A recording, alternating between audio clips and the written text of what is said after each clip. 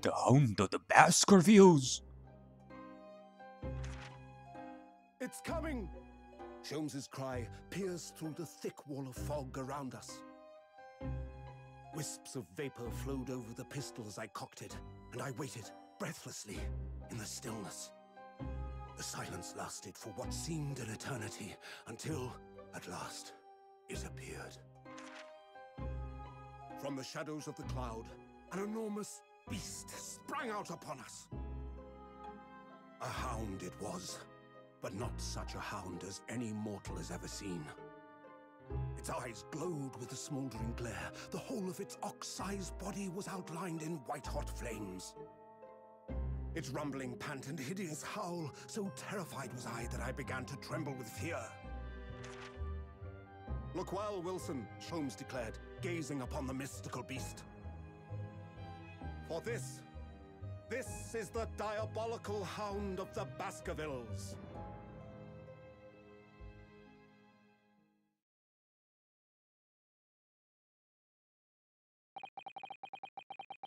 Our first 2 months in London passed by in a flash.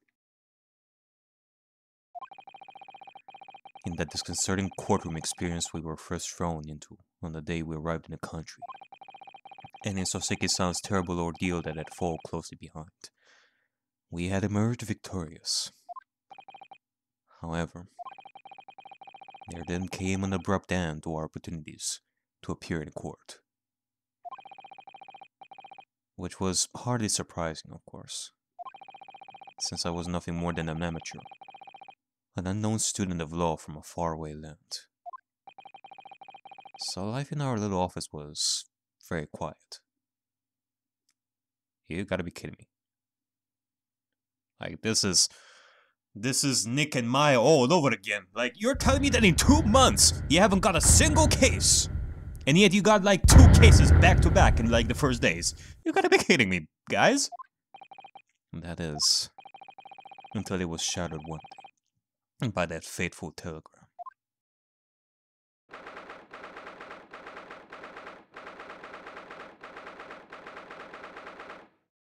Naruhodo's legal consultancy.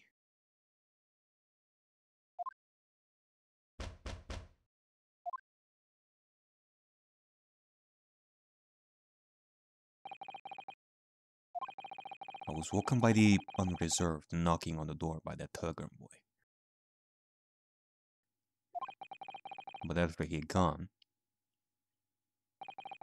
Susato-san's behavior became very obviously strange. Susato-san? Yes! Is it time to leave for court already? Let me see. What case is it today? I don't think I'm scheduled to defend anyone at the moment, am I? Like, it hasn't been like that for 2 months. Oh, no, of course not. How silly of me. But I think Iris said she would make us breakfast this morning. So, shall we go down to Mr. Sholmes' suit? Yes. Iris makes the most delicious breakfast food. Yeah, she does, doesn't she? And once our bellies are full, we can leave for court in fighting fit form. Let me see. What case is it today? She has been doing like that for 2 months. Here we go again. Alrighty then, well, a new day in our office, I guess. So, what was it about? The telegram that was delivered this morning, I mean. Oh, a telegram? I don't know what you're talking about. Sorry, but you're not going to get away with that. Well, I didn't think I would. Actually, don't give it a moment's thought. It's nothing. Nothing interesting. Boring, in fact. Susato? It was just a boring old telegram. That's 3 times now that she's tried and failed to convince me it was nothing. I promise that I'll tell you about it at some point. Alright, I understand. Alright then. I suppose Seki-san will have arrived back in Japan by now, won't he? Yeah, I should think so. He left immediately after that terrible ordeal. Which would mean he should have completed the voyage already. Or be just a few days away. A fortnight ago, we had a very long telegram from him. Do you remember? Complaining of seasickness. But by and large, it seems the voyage has been going well. I mean, as long as he has a window, like, in his cabin rooms. Is something wrong, Naruto-san? I was just wondering, what might have become of Soseki-san had he stayed in London? That's all. You mean, as regards to around Zeke's, the Reaper? Yeah. I cannot help wondering if seasickness would have paled into significance in that case.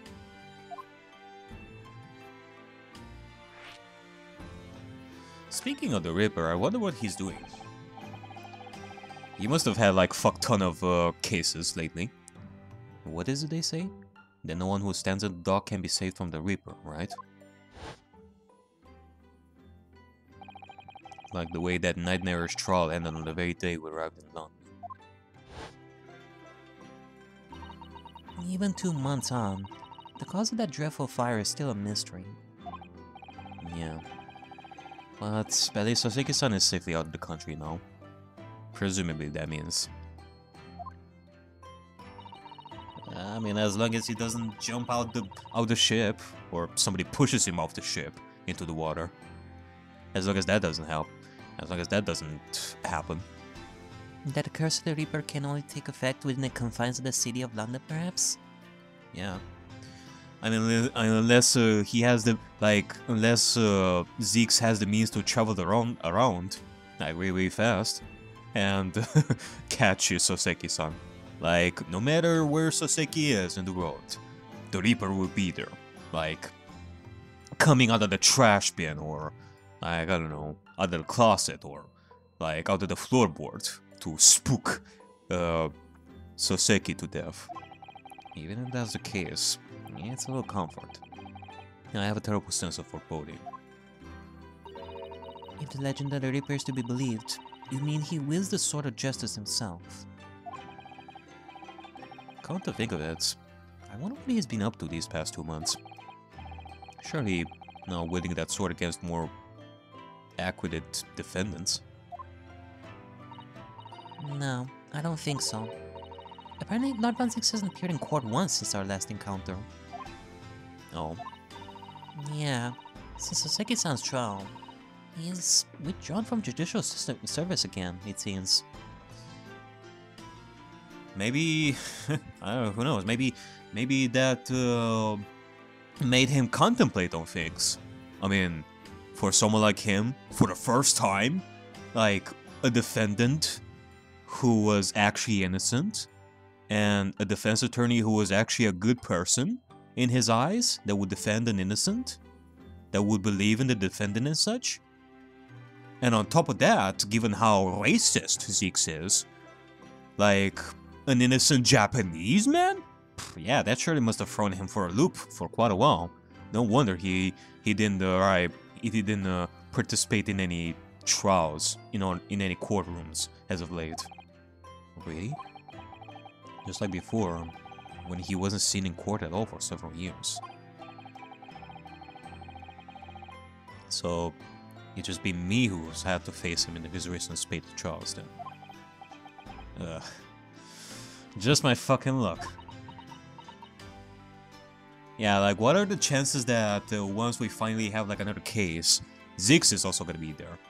It's like fate. No matter who wants to do the trial, the next, like, the other person is gonna arrive there as well.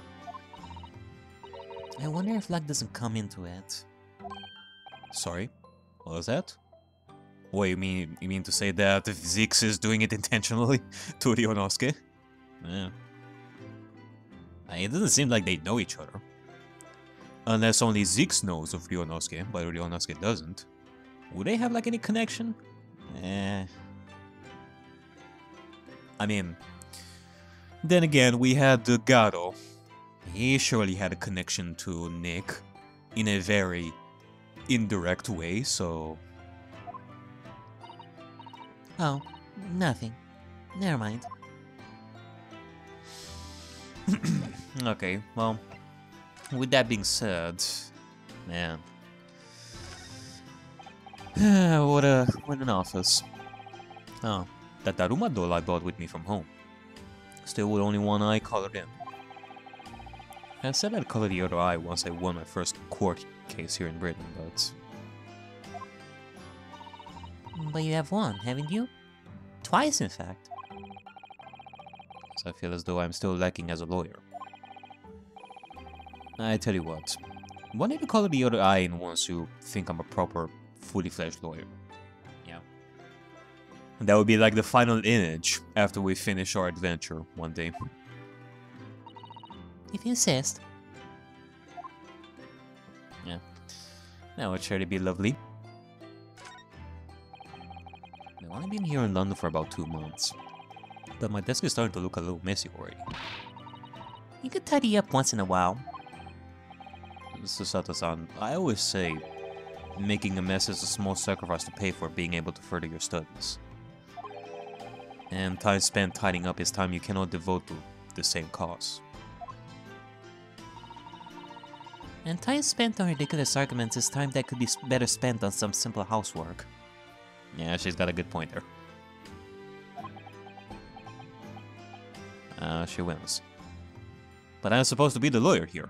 Yeah. Imagine if she's the prosecutor. She'll be throwing you for a loop as well.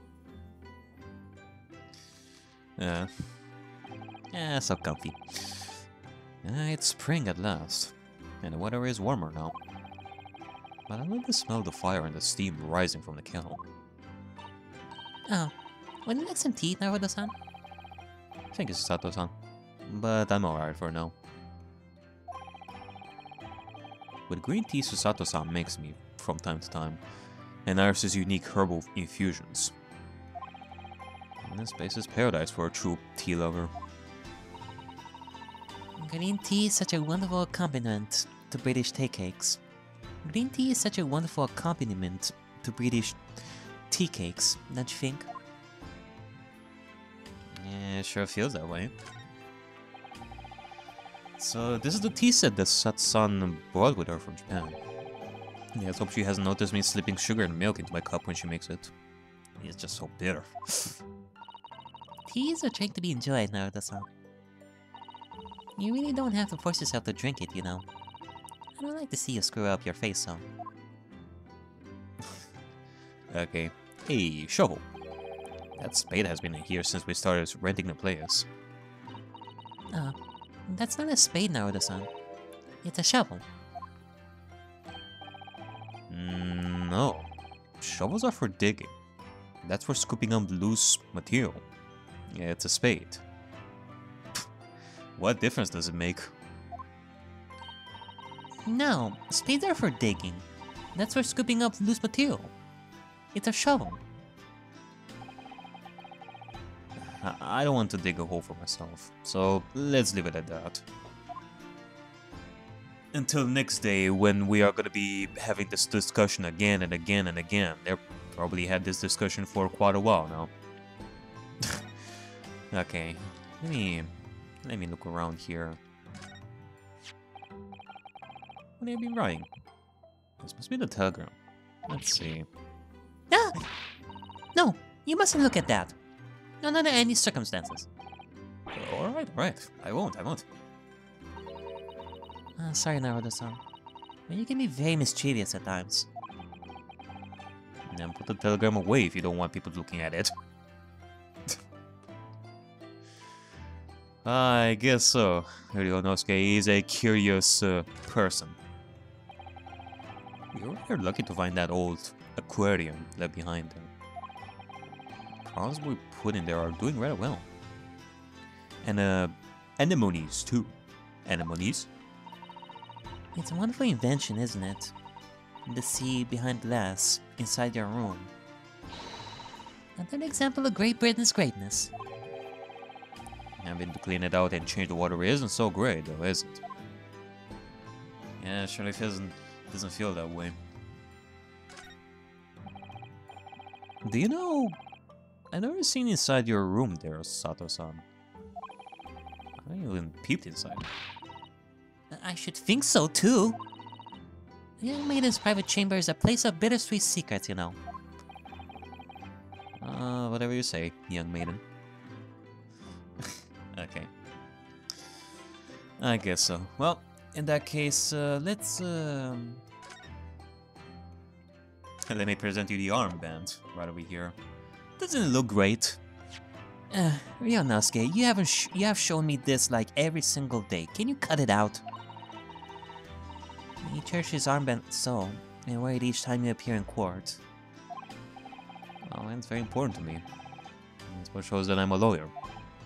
And whenever I wear it, I feel as though it gives me strength through Cosmo. I absolutely cannot be without it. Especially when I'm in a critical point in the trial. But just the other day, I noticed you were wearing it when we went to visit that park. Sometimes I forget to take it off, that's all. I guess so. It is from your friend Cosmo, so might as well. Alright. Let's go and talk to Iris and Sholmes and such.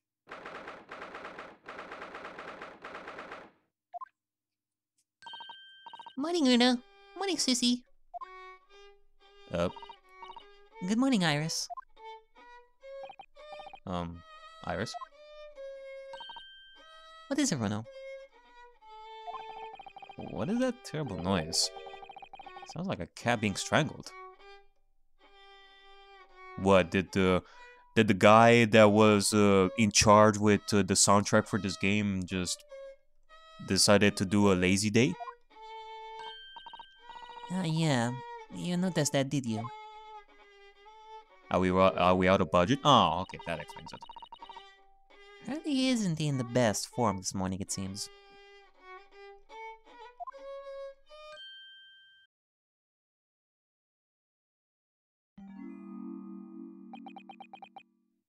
Hello. Oh, Shams.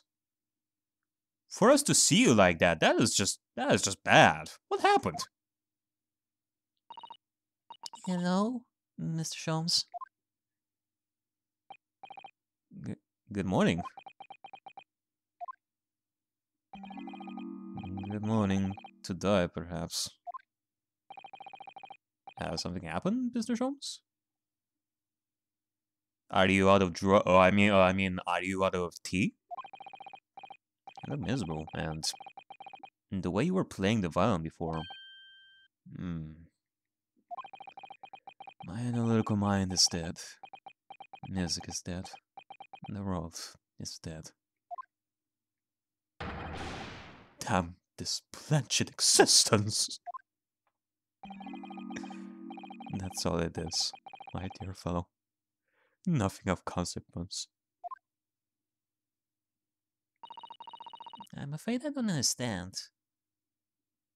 Wait a minute. God damn it, is it because of Watson? Did he finally find out that he's... Well, not Watson, but Wilson.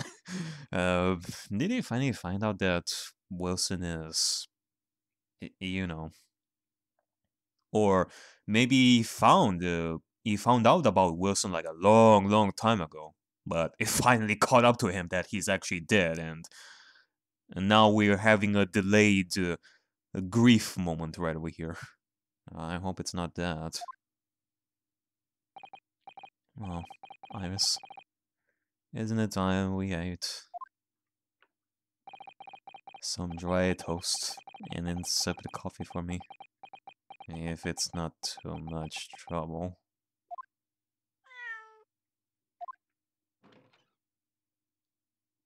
Hey, look at this.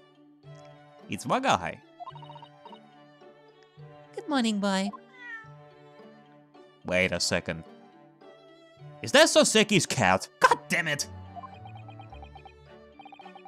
I mean, if it's Soseki's cat, then he must have left it behind. Yeah, you poor thing. That must be some sort of tiny door for cats to use. How did it get there?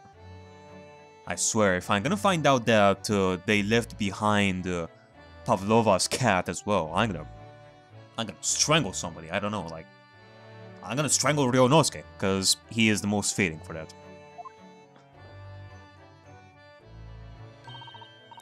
Well then, everyone, time for breakfast. Oh, wonderful. Let me help you, Iris. It will indeed be a fine day to die. I need something to look different. Something's missing from Mr. Shom's desk. Yeah, there's that huge contraption that we've seen before. The microscope that analyzes microscopes. Or what was it called exactly? He had a fancy name for that. And we were debating how much it analyzes itself. Shomzy? You seem to be very unhappy this morning, Mr. Jones. What's happened? It is to be the case. Then in my hands, this violin sung like the dawn chorus. Its melissonant tones would make flowers bloom. It would. But now, the muses are unamused with me. The goddesses of music have thrown me over. Whatever do you mean, Mr. Shams? For hours, I have bowed. For days even. Through the night I have endeavored, to no avail. That sound, my tone, is lost. That brilliant, clear, unwavering tone. Gone forever! No more recitals of unbridled emotion! Well, you haven't been practicing much lately, have you, Hardy? No. Well, don't worry, I'm sure we'll come back to you in time. Heed my words, Miss Naruto. The goddesses of the arts are fickle. One day they bestow genius on a man, the next they unmercifully withdraw it. Oh, dear. Ah! Why is this happening to me? They take the turn I have for the violin from me. What is left? For pity's sake, what is left?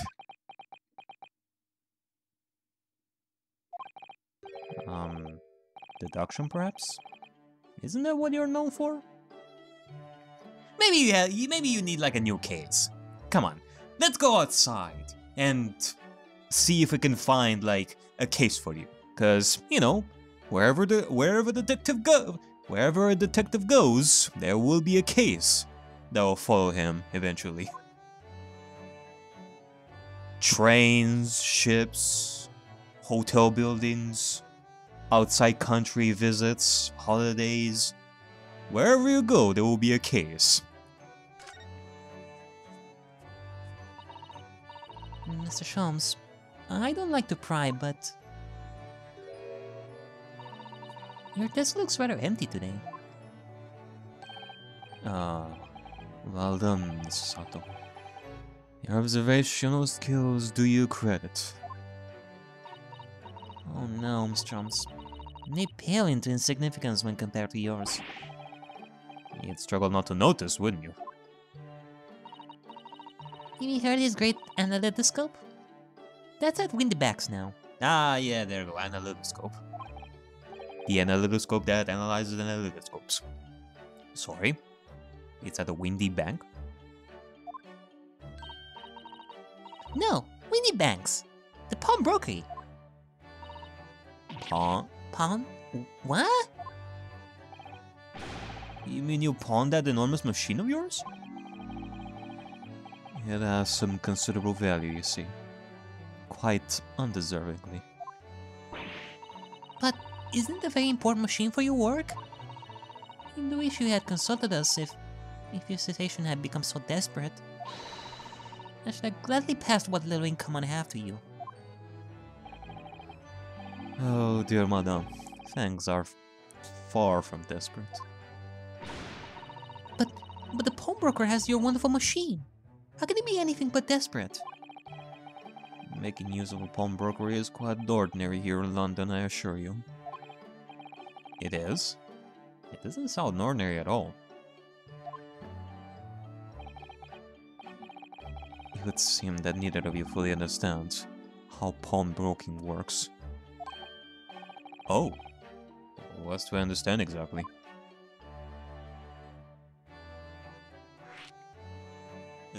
Okay. What a random topic here.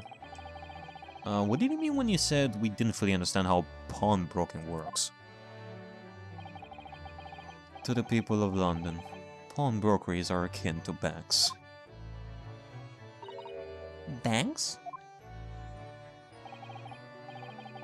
On Mondays, merchants relinquish their finest jackets and trappings to their pawnbroker of choice. With the money they receive in return, they are able to trade happily through the week. And then on Saturdays, they go to recover their things using the money they've earned. I had no idea. This has been a fascinating lesson for us. Everyone does it, you see. Especially people in inner London. And should they have money to spare, they would purchase another fine jacket. Not to wear, obviously, but to pawn, should the need arise.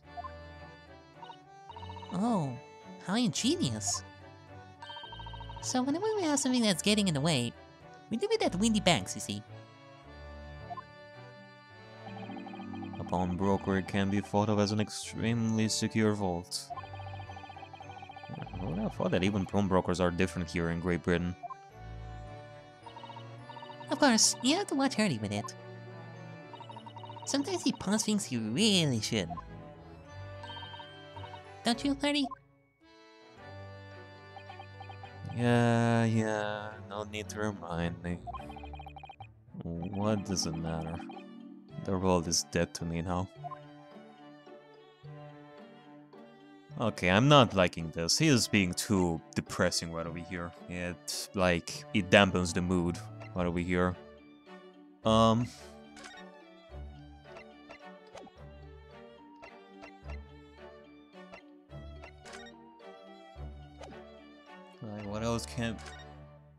What else can we talk to you, Iris, about this, maybe? How about Wagahai? Mr. Natsmith's cat seems to have settled into his new home then. Ah, yes. And I'm very attached to the Waggy.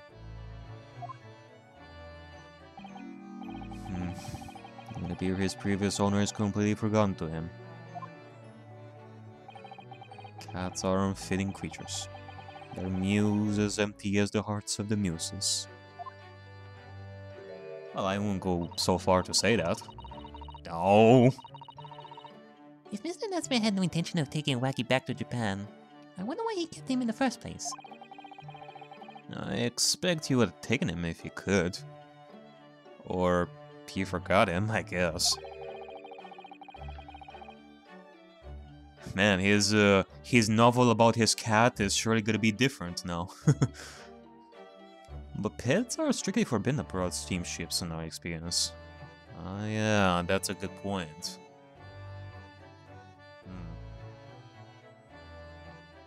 Like, I don't know, did he hide this pet? Like, did he have a Wagahai from Japan before? And he hid it in the ship on the way here? Or chances are that Wagahai is from here, from Great Britain. And for good reason. Terrible things can happen if the rules of passage are not obeyed. Yeah, we have plenty of experience in that. Well, I don't mind. Because Wacky is adorable. Yeah, he really is. Oh yeah, what about the door? I don't remember seeing that tiny thing in the main door before. Where did that come from? That? Iris could create a hole in the door in like a minute. It makes no difference. Just don't be surprised one day when this entire building is gonna be built into a spaceship. Just don't be surprised if that happens one day. Oh, you noticed? You are observant, you know. Look, I use this. It's my latest invention. A pistol that creates square walls? Is that it? What the fuck is that? I wouldn't even know how to... Like, what name would you give such a thing? Just make sure that you don't point it to your face, Sudonosuke. Otherwise, something tells me that you're gonna get cut, like you're probably gonna be beheaded too. I call it the Cat Flapperman. Gosh, a machine for making doors just for cats? That's right, you can make a cat flap for a little furry friend, like Muggy in seconds. And you can do it in any door at all, no matter what it's made of. It's very powerful, you see. Christ. First is Sholmes and now you too, Iris. You really have nothing else to do in your spare time, I guess. Now you're just creating inventions like that. Wouldn't that have been quicker just to make the cat flap, rather than making a machine to make the cat flap?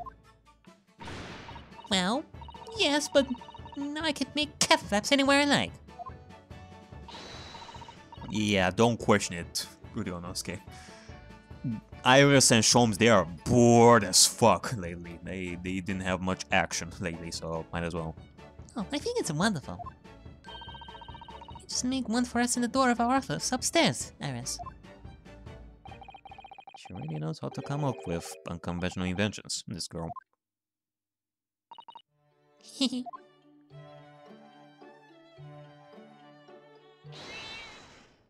Oh, what's wrong, Magahi? Oh, what was that? Magahi? Oh god. Oh god!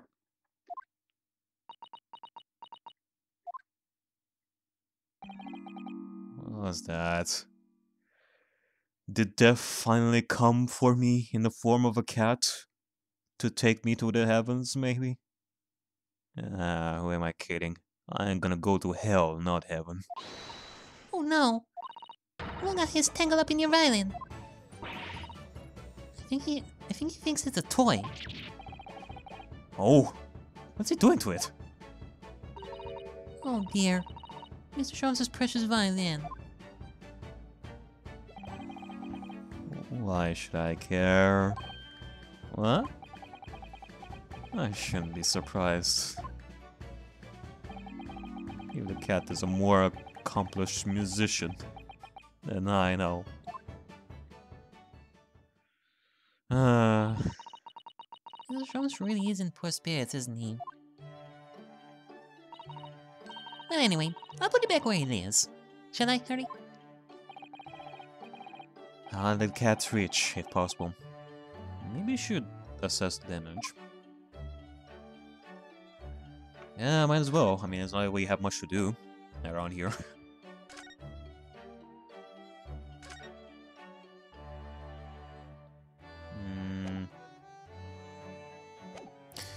Okay, well, where's the violin? Let me see.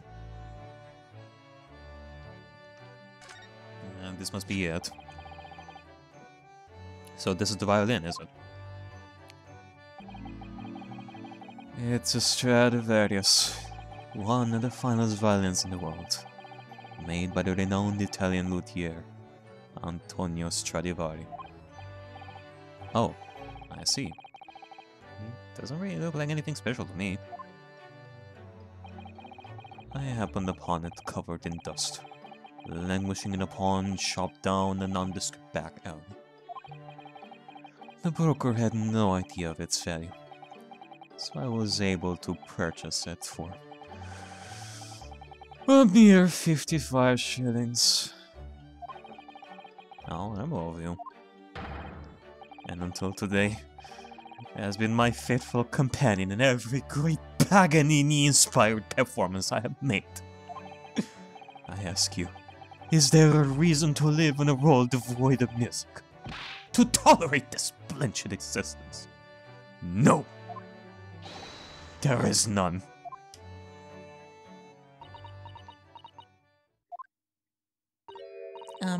Mr. Sholmes. What, dear madam? What? My thoughts are preoccupied with fancies of release from this dull routine. Well, it's about the violin. It looks very different to normal, don't you think? Hmm? What do you mean, Miss Sato? Oh, this is right. Yeah, the tone of the wood is completely different. And that's not all. I'm sure there was no crack here before. Wait, it's not even the right size, is it? Ah, yeah, we don't have it on our court record. Okay, I was thinking with the investigation mentality right over here. Why would we have a violin in our court record? What's this?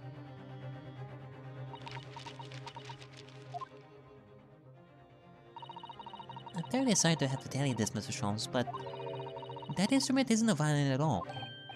Then what?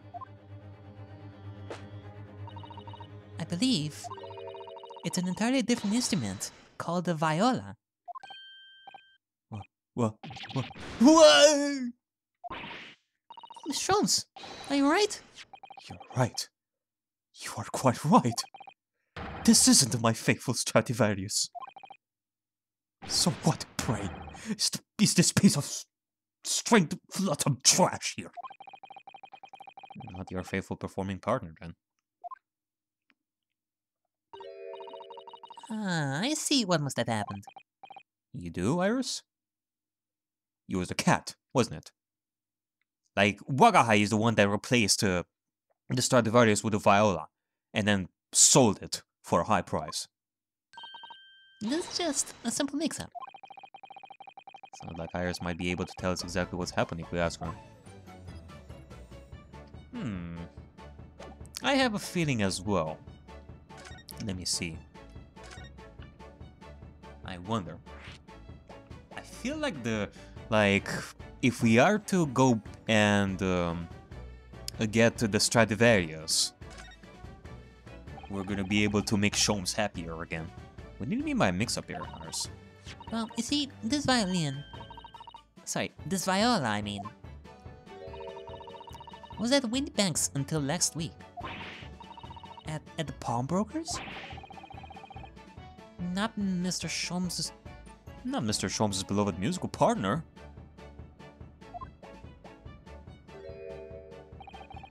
There is a proverb from the East, with which you are no doubt familiar, my dear fellows. Always let a beloved child travel. Yeah, indeed. So you sent your beloved violin to the pawnbrokers in hope that it would experience personal growth? Oh, wonderful idea. Yeah, that sounds lovely. And I guess now the Stradivarius is lost. Like a child that, like a teenager even, that ran away from home. Because of some problems at home. Last week I pawned my great analytoscope in order to release my precious instrument. But it would appear Mr. Windybank mistakenly furnished me with this tawdry fill instead. But my heroes cannot be deceived by the hollow timber of this piece of timber. Except you didn't even recognize that. Except you didn't even recognize that it was that he was not the Stradivarius. No, but your very every sense was deceived by the fact that it just had strings. Pshaw! A fine state of affairs this is. And why I always say, Mr. Noby, never trust a pawnbroker. They will try to fiddle you every time. But earlier you told us that you could think of a pawnbroker as an extremely secure vault. Exactly. Two truths can coexist.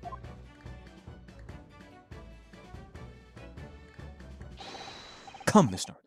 Dilly-dallying will get you nowhere. Sorry? Crunching your toast with that vacant aspect. Freshing your coffee so obtusely. Are you not a little embarrassed by your own conduct, considering the urgency with which we are faced? Okay, there you go. Now we have our good old Sholmes. Time to go and get our Stradivarius back. We must visit Mr. Wittenbach's brokery at once. That's right, isn't it, Mr. Sholmes? Precisely, Mr. Sato. Without a moment's delay. But I haven't finished my bacon and eggs. My dear fellow, surely you do not still intend to crunch your bacon with an increasingly vacant aspect, to press your egg ever more obtusely. I don't care about obtusely and vacant aspects. I want to eat my bacon and egg. Alright. Say no more. Let's go then. God, what a waste of eggs and bacon. No, Yuna. I'd be happy to eat it for you again later. Thank you, Iris. As it happens, I'm already curious to see what a British pawnbroker's looks like. Alrighty then. In which case, let's get to it, folks. A new location has been added. Baker Street! Wittenbach's Pawnbrokery! Let's go to Baker Street? Let's see. Interesting.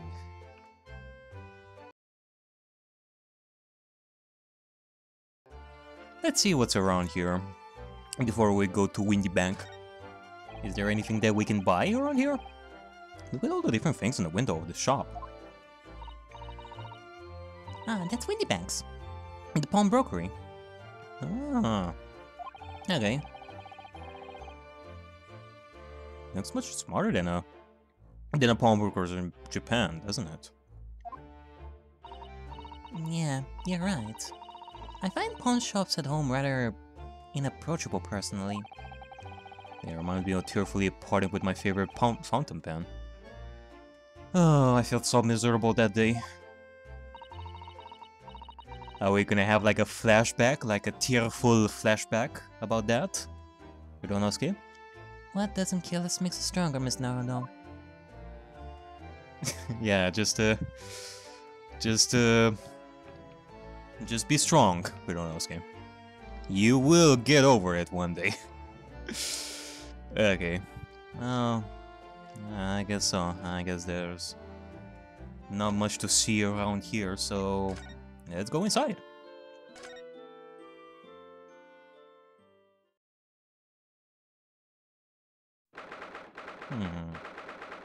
Look at all this stuff. There's some dolls. We have Pinocchio's cousin right there, like, in the corner.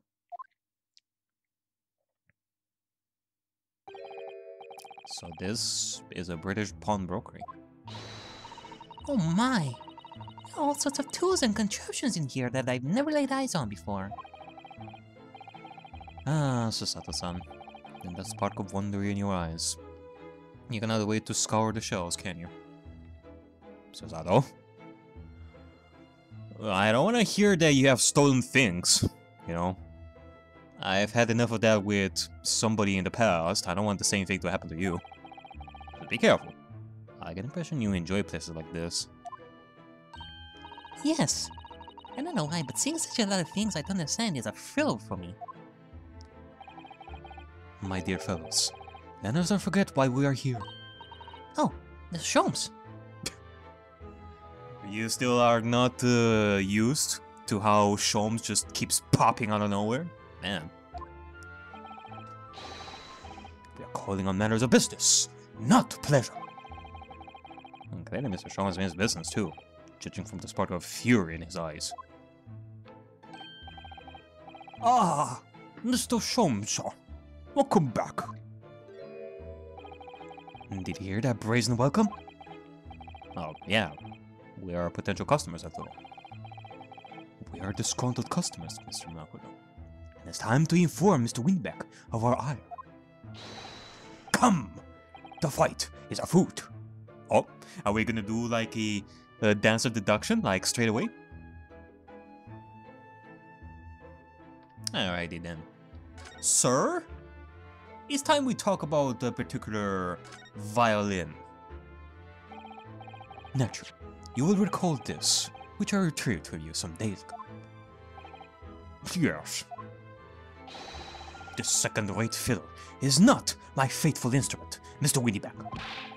The color of the wood is different. It has holes in it. It's not even the same size. A wonderful summary of our observations, Mr. Sholmes.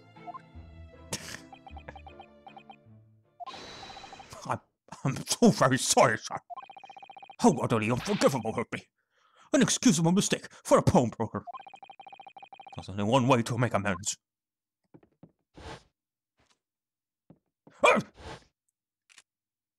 Oh God! I shall have to take my own life. I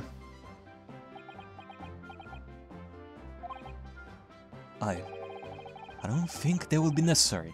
Do you? Also, soundtrack guy. The one responsible with putting soundtracks in scenes. Are you sure that this is the kind of music that you wouldn't want to play in a situation like this? If I might just want to say one thing before I pop off. Yes? It was you, sir, Mr. Sholmes, who took it upon himself to remove the item the other day, I believe. Sorry? As I recall, I entered the storeroom to fetch your violin when I heard. Ah, here it is. You did? When I turned to controvert you, you had taken the violin and left, sir. However, there can be no doubt the blame lies firmly at my own door for allowing you to leave. So I shall not grumble or grouse any longer. May this guilt die with me! No, wait, hold on, let's calm ourselves here a little bit, please. No. Stop, my dear fellow, stop! The fault is mine!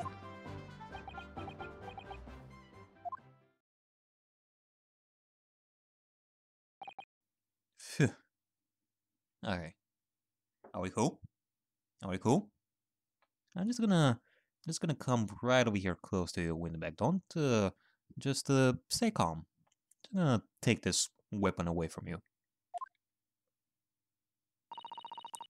It appears that the fight is over. I do humbly apologize, Mr. Windyback. Evidently, my questionable disposition precipitated this tragedy. Well, you wouldn't be Mr. Sherlock Holmes without that questionable disposition, would you? I do believe you may be right, sir. It's here to laugh or cry, I suppose. You are, it must be said, one of my more challenging customers. I may remind you of the peculiar collection of items he brought through my door in the past. With that, and the little thingy that he had brought, I don't even know what to do with that. Nobody wants to buy that. Well, what am I supposed to do with it? Oh, peculiar items? In the extreme, for example, the unpublished manuscript of an eponymous work, the novels of Sherlock Holmes, or some such. Oh my! A new full-fledged novel? What the fuck is it doing like here?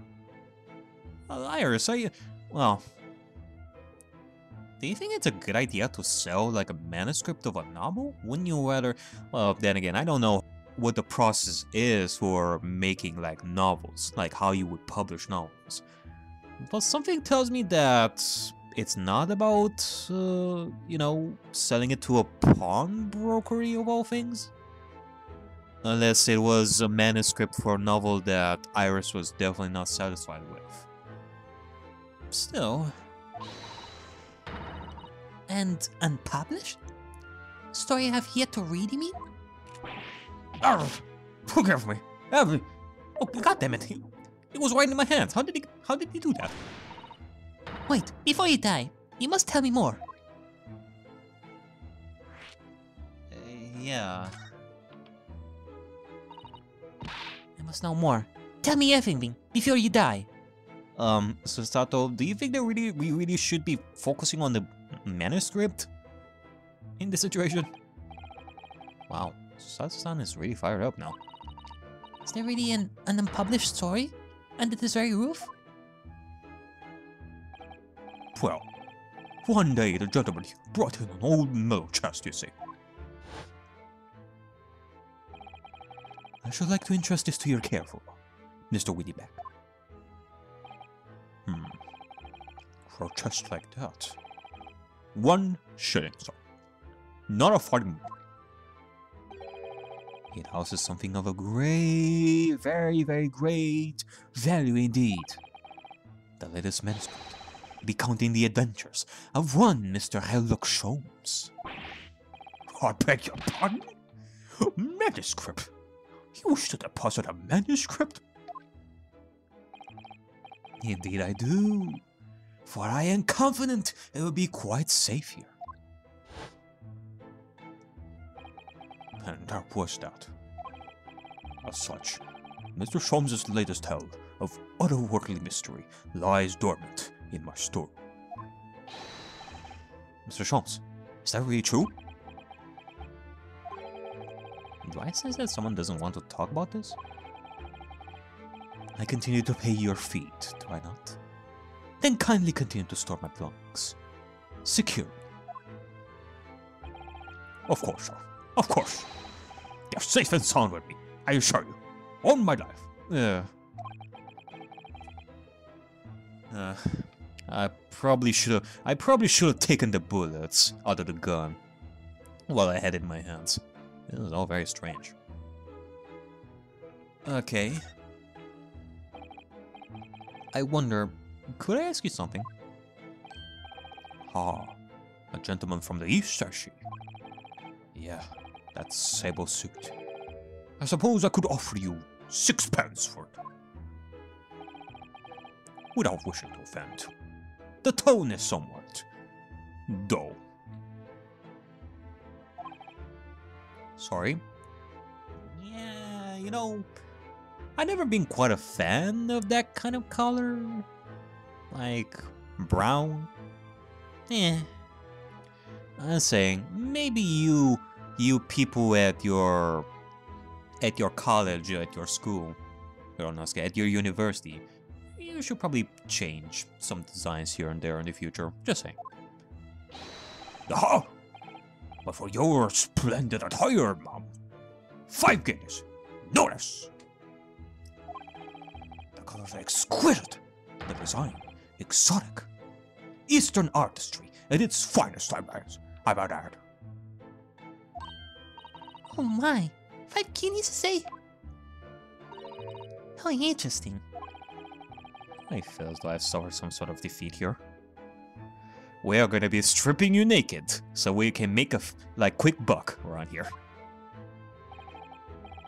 Actually, I was hoping to ask you about your business. I've heard it said that pawnbrokeries are used rather like banks here in London. Yes, sir, indeed. Many of my customers utilize the establishment as you described. I appraise their items and offer them a proportionate loan and 2 months of secure storage. If, in that time, they repay the original sum to me plus then agreed interest, the items are happily returned. But what happens if it don't pay you the money? Then the items are offered for sale in my shop, as you can see on the shelves behind.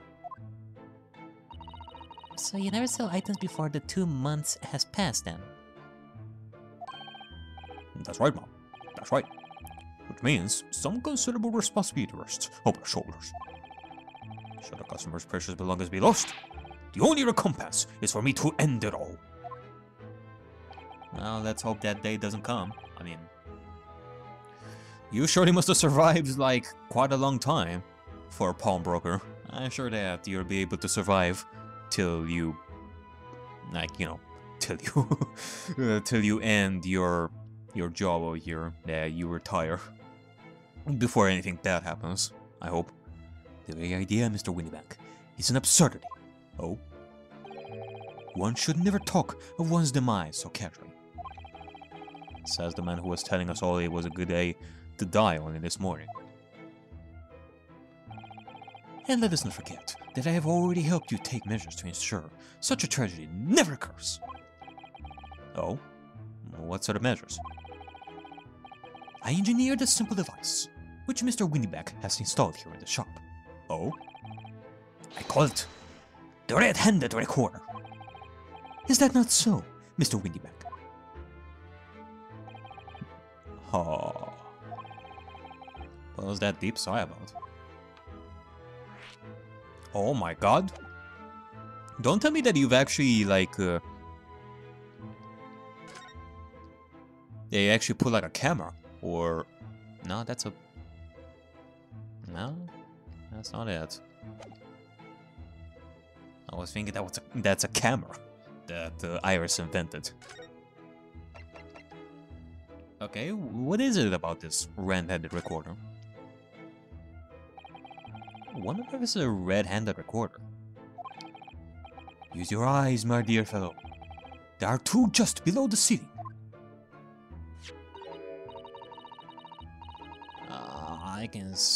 I can see what appears to be a camera attached to some sort of timing device. Are my eyes deceiving me, or do I not see it? Very astute. It is indeed a camera, furnished with some 100 pieces of celluloid.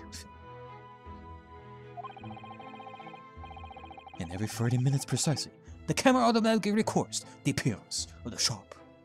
Ah. I do have plenty of experience in that sort of stuff. Here, I have an example I can show you. Ah, what a cute doggy you have there. Ah yes, a print from the camera set to record the activity at the shop counter. Okay. And I guess so, it says 4 AM. I guess it takes a shot at every 30 minutes. At 4 AM and 4:30, 5 AM. Okay. I developed a special type of film so sensitive, it produces a crystal clear image, even in darkness. Really? That's extraordinary. Yes, you can clearly see the counter and the door behind it. Look! Oh wait, that's Susato. My bad. Damn, again, Susato, you surely are making like good impressions. So you see, were someone to enter the premises with ill intent, his identity would be summarily exposed. But did you not say that the photographic prints were taken at 30-minute intervals? Indeed, as you say, my dear madam. Then what if the incident were to occur in between times? One could only say, that will be a cruel twist of fate.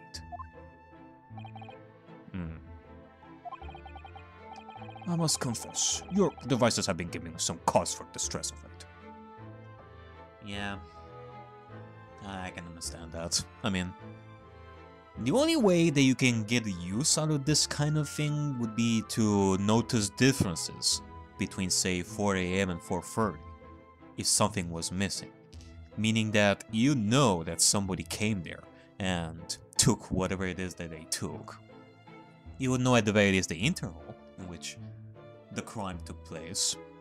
However, in order for you to actually take a shot of the person that actually took that item at exactly 4 AM, or like exactly at 4:30, unless you have like a sensor for that kind of thing where it detects movement that takes a shot right then and there, then you need like quite a lot of luck to capture a criminal in the act at those specific times.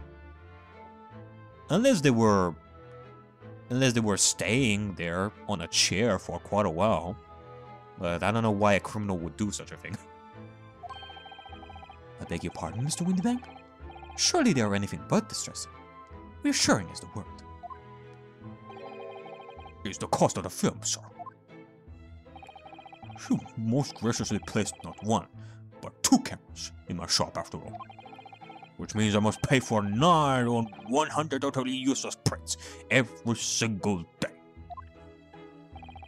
I'm afraid the cost of the film will break me before I'm very much older.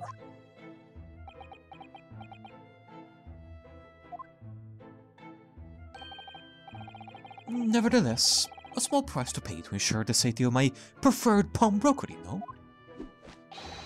My dear fellows, we verge on an age where safety and security come at a price. Oh, heaven help us.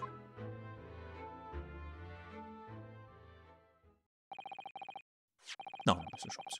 Allow me to return your precious violin. Hooray! Ah, the very thing. Thank you, Mr. Windybank. Perhaps this might mark the end of the peculiar items you tried to pop, Because if anything were to happen to one of them, this would be the only answer. I really think you ought to stop waving that gun around. Someone could get hurt. Like, unless it's one of those toy guns that shoots, like, confetti or something like that, I don't know. Fear not. Sorry? I've only loaded a single bullet, so no one but myself could possibly be harmed. That's not a problem here, sir. That's not really what I meant. I guess he's also playing like Russian roulette, since it's one bullet. Good day to you then, Mr. Windybank. It's been a pleasure as always, Mr. Holmes. Are we not gonna, like, okay. Sup, Miss Naruto? Now we can explore at last. Hooray! Okay. Oh, might as well. Hey! More shovels! Or spades. Look at that enormous ledger upon the counter there. Mr. Windybank is, if nothing else, very particular about recording the items he accepts. Well, he'd have to be. Otherwise he'd get himself into all sorts of trouble. Which might explain the thing that catches my eye for more than the ledger. There's a revolver here. Do not entertain even a single thought of pilfering an article herein, my dear fellow. I assure you, Mr. Windybank would not hesitate to draw that weapon with a speed belying his portly size. Yeah, he surely must have some experience in aiming that gun, given that he must be doing that on a daily basis. Just points his gun at his face. He must have accumulated a lot of experience in the speed at which he draws that gun. So, yeah. Oh, you don't mean he'd... Blow his brains out? Indeed. In recompense for his blunder. Oh my. In any case, of course we would never do such a thing. How could he even suggest it? Okay. Sko! Someone is surely, guarding the place. Look at this. Look at this lovely big shiny box beat. That, my dear one, is a music box. Surely you have seen such things in the country. Oh my. Yes. But I've certainly never seen one so large before. Shall we listen a while? Yeah, sure thing.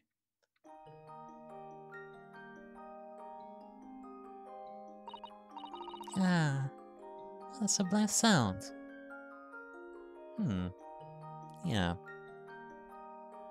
Sure sounds nice. It's like the music of angels. I've never heard anything like it before in my life. This particular specimen is of the larger variety, commonly found in public houses and restaurants. There is a metal disc inside on which the notes to be played are recorded. Simply by replacing the disc with another, any music you care to imagine can be played. My goodness, what a simply delightful machine. Indeed. Though their popularity has waned recently with the development of the gramophone, of course. Ah, the gramophone. Such a dastardly rival. Yeah. Science and technology advance at such an overwhelming pace. Can I hear it again?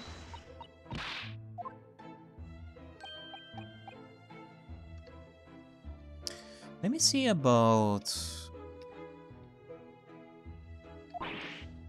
Can I not... there you go. This is the speed button.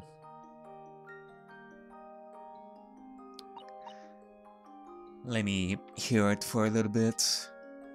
Let me vibe to it.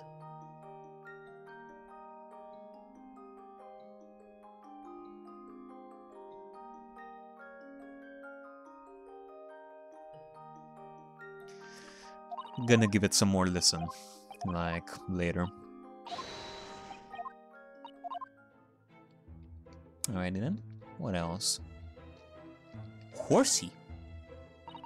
Look at all those hats. What an assortment of things there are on these shelves here. Crockery, footwear, clocks and watches. Almost anything you care to imagine. Those are forfeited items, offered for sale by the pawnbroker. What does that really mean, though?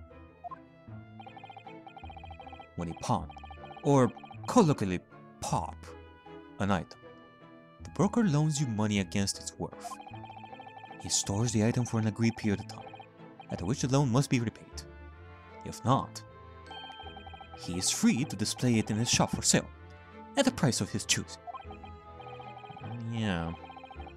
Now you've explained that. I'm noticing low price tags on everything. Of course. Simply by paying the agreed interest on loan, one can extend the period of safekeeping. So you may pawn that black garb of yours without fear, my dear fellow. Can you guys stop it? It's my treasured university uniform. It embodies my student spirit. Never! I swear, if we're gonna find out that Sholmes or Susato... Well, actually, Susato would never do such a thing. But if we were to find out that Sholmes or Iris actually pawned on the wristband, on Ryonesuka's wristband, Ryonesuka is gonna explode for that. With good reason.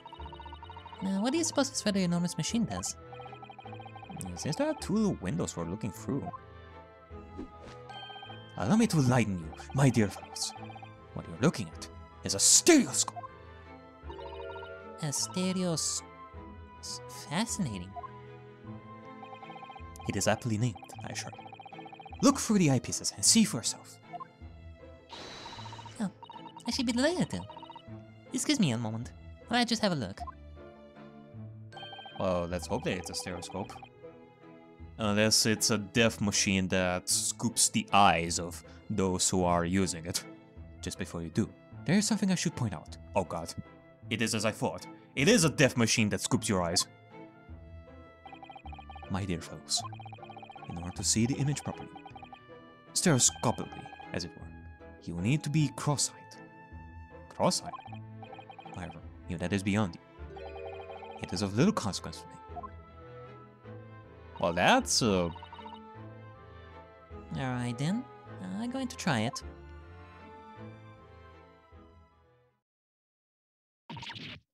Ah! Oh god! Oh, okay. Thank god.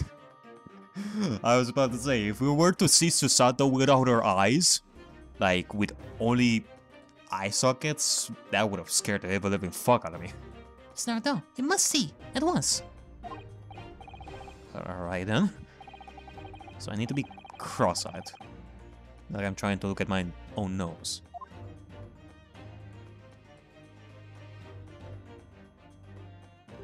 Oh, hello there. Person that looks very, very familiar. I don't believe it. It's just a photographic print, but it's not like you could reach out and touch it.